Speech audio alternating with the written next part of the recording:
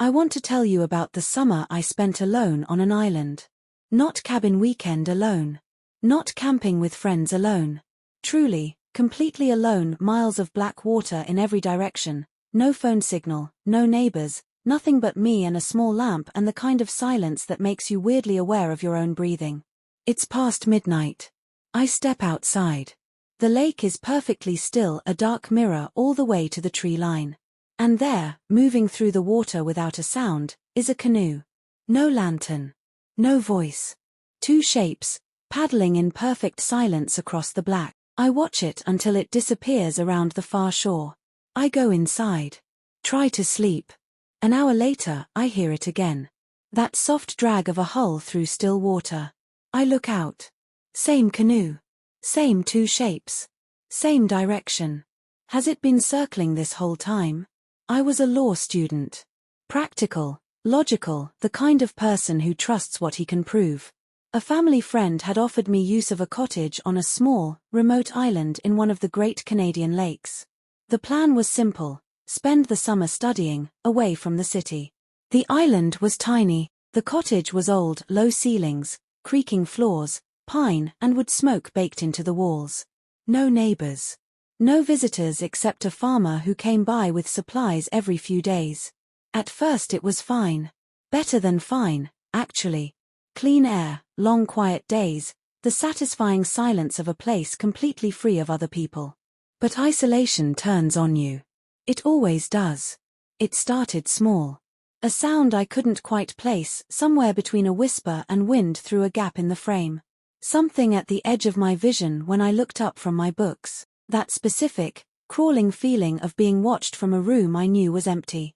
Just the cottage settling, I told myself. Just the lake. Just loneliness. I was good at that. For a while. The bedroom upstairs was the problem. Nothing visibly wrong with it. Ordinary room, bed, window, slanted ceiling. But from my very first night, I couldn't stay in it. It wasn't fear exactly. It was stronger than that. Every instinct I had just said get out. Not investigate. Not be brave about it. Just leave. So one night I did. Grabbed my blanket, went downstairs, slept on the sofa. I expected to feel stupid about it in the morning. I didn't. I felt relieved. But the sounds kept coming from up there. Footsteps, not ambiguous, not the cottage settling, the distinct, deliberate creak of weight crossing old floorboards. I lay on the sofa below and tracked it with my ears. It moved across the room. It stopped near the window. Sometimes I heard something that sounded like breathing. I didn't go up to check. Then one night, the canoe. It came around the far end of the island at a steady pace. No lantern, no sound. Two figures paddling, completely in sync, completely unhurried. I watched until it rounded the other shore and disappeared. Strange, I thought. Late for paddling. But fine. 15 minutes later it reappeared. Same direction. Same pace. Same silence. I watched it pass again. Went back to my book. Tried to concentrate. When it passed a third time, that's when it clicked. This canoe wasn't going anywhere. It was circling the island. It had been circling me in the dark, round and round, patient and quiet, for God knows how long. Eventually it stopped. I watched it turn and head straight for the dock. The two figures climbed out, and this is when something registered that I couldn't immediately process. They made no sound. No splash. No scrape of the hull on the wood. Nothing. They walked up toward the cottage. The door opened in front of them. I was sitting in the main room. I saw them come in. I tried to stand. I couldn't. I tried to call out. I couldn't. It wasn't like being scared. It was like being switched off. Like something had quietly removed me from the situation while leaving my eyes open. They passed within arm's reach. I could see their faces, two men, nobody I recognized. Their clothes were hard to focus on.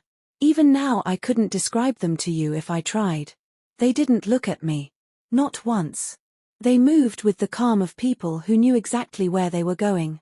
And what they were dragging behind them, heavy, unresisting, I couldn't make out in the dark. They went upstairs. To the room I hadn't slept in for weeks. The door closed. I sat there in the dark. Couldn't move, couldn't make a sound. The cottage was completely still. The lake outside was completely still. Even the footsteps that had been crossing that upstairs floor for weeks, gone. Just a silence so thick it had texture. Then the scream. It came down through the ceiling like something physical, not fear, not surprise, but agony. The kind of sound a human being shouldn't be able to make. Raw. Prolonged.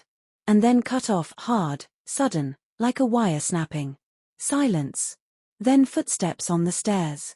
They came down slowly. And what they were dragging, I could hear it before I saw it. The weight of it. The way it caught on each step.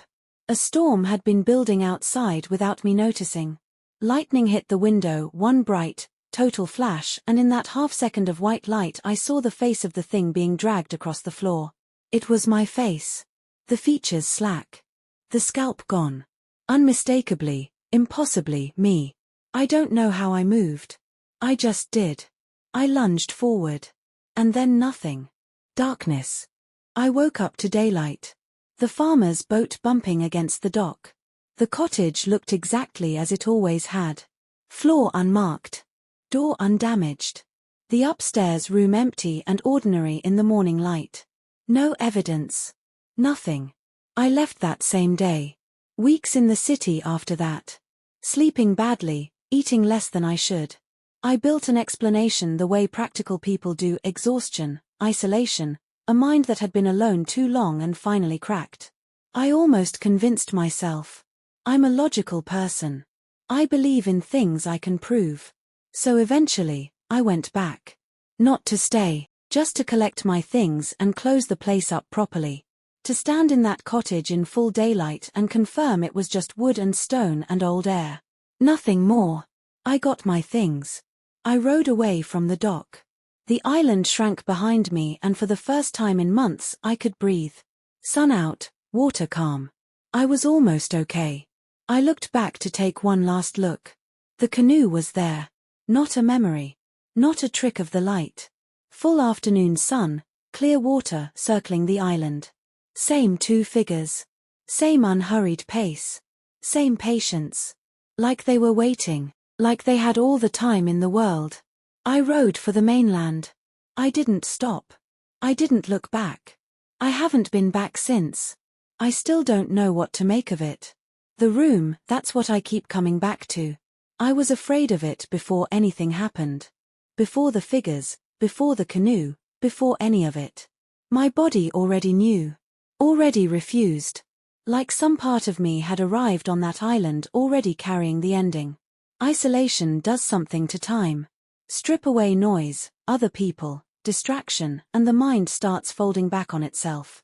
Past and future get slippery, and in that state, the line between premonition and paranoia disappears entirely. I'm a practical person. I believe in things I can prove. I can't prove any of this. But I also can't explain the canoe in broad daylight. And I can't explain why, even now, there are rooms I walk into and immediately want to leave. Some horrors don't announce themselves. They just circle you quietly, patient as water, until you're ready to see them. I don't think I was ever ready,